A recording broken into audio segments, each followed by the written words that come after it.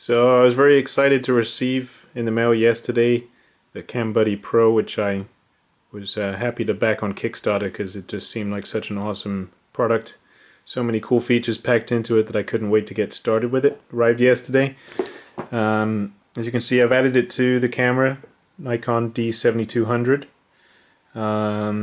Shutter release cable is connected. The camera's USB cable is connected per the instructions. I've already completed the pairing to the Wi-Fi on the phone.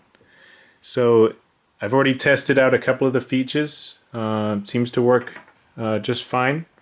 In fact, the live view and the controls appear to work a lot better than any of the other app controllers I've tried to use in the past. So pretty impressed with that. The one thing that I made this video for that I've found to be a little bit peculiar, and I suspect this is just an error with the app that the developers can address, is the sound trigger. And this is one of the features I was quite excited about. The sound trigger, I'm assuming there's a microphone somewhere in the CamBuddy Pro, and it's listening for a sound to trigger the shutter. So if you look here at the screen, you can see once I switch this on, now it's listening, and if it hears a sound above a certain threshold, one would assume, then it would trigger the shutter.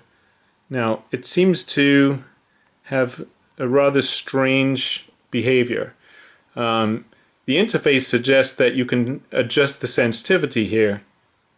Move it all the way to the left, it would be easier to trigger. Move it all the way to the right, it would be harder to trigger. So harder to trigger, you'd be looking for really, really loud sounds like a bomb going off, explosions, airplanes, something much, much louder.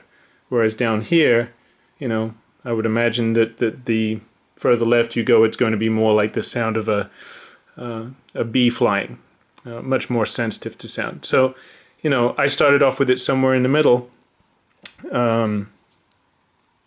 Hit start, and it seems to be doing a pretty good job. Ah, oh, eh, ah, ah, oh, eh. Okay, so it seems to be doing a pretty good job when it detects the sound. So let me go and try and adjust that threshold. That was right in the middle. If I move it up to harder to trigger, so what I want to do now is try and find the threshold for a louder sound, something louder than my voice. I would move it further to the right, one would assume. Now I come back, I'm going to start. Ah, oh, eh, no change. Ah. Okay, so let's try and make it even more sensitive. Come into options. Sorry, it's a little hard to do this with one hand. I'm going to move it all the way to the right. Now we start again. Ah, oh, eh. Now my voice is still able to trigger that, and I have it all the way to the right. So something doesn't seem quite right with that sensitivity setting. Furthermore, if I come into the options now and I move it, let's say we'll move it almost all the way to the left. So now it should be very, very easy to trigger. So the teeniest sounds should be triggering this. Go ahead and start it. Ah, ah, ah. Oh, oh, ah, ah. Nothing. So then I thought to myself, perhaps it's just reversed. Maybe I've got it round the wrong way, or the developers got confused and got it around the wrong way. So I said, okay, let's try moving it all the way to the left. So now it should be the easiest to trigger. Ah, oh, ah, ah, nothing, nothing.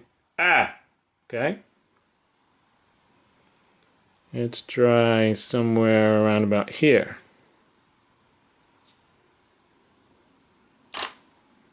Ah, ah, oh, nothing, nothing.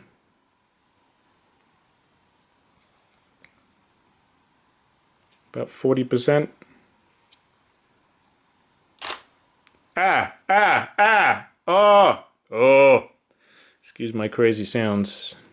I don't really have any other noise generating device at the moment, and I apologize that it's not particularly scientific. I'm just using the volume of my voice.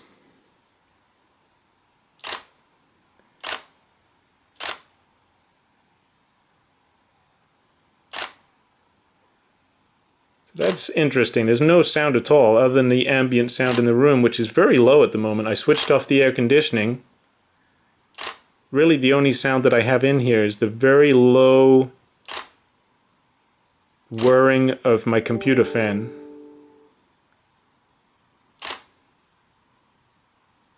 So quiet that it's barely detectable. And as you can see, we're at 50%.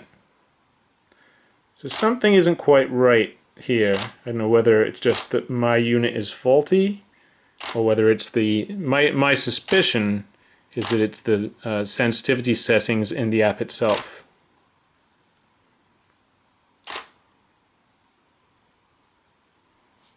But you can hear the shutter just going crazy there.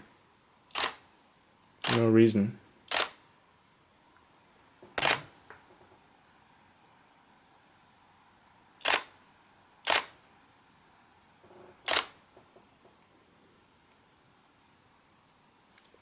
Let's try one more. Move it a little bit further to the right. We're probably at about 55–60%.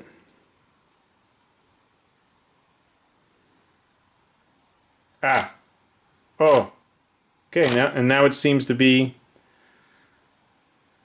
appropriately adjusted for the volume of my voice at a normal speaking volume. 1, 2, 3.